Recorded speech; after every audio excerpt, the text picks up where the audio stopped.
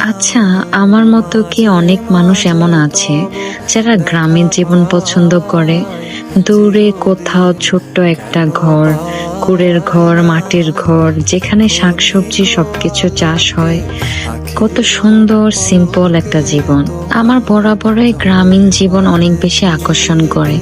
কত সিম্পল, কত সহজ সরল তাদের জীবন।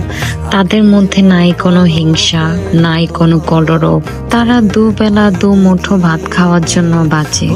সুন্দর সিম্পল জীবন ধারা, যেখানে গেলে চোখ ধাঁধানো সৌন্দর্য। এত সিম্পল একটা জীবন, তারপরও তারা কত হ্যাপি আছে তাদের জীবন নিয়ে। তাদের কোনো অভিযোগ নেই, অভিমান নেই। সিম্পল জীবন, পরিবেশের কাছাকাছি।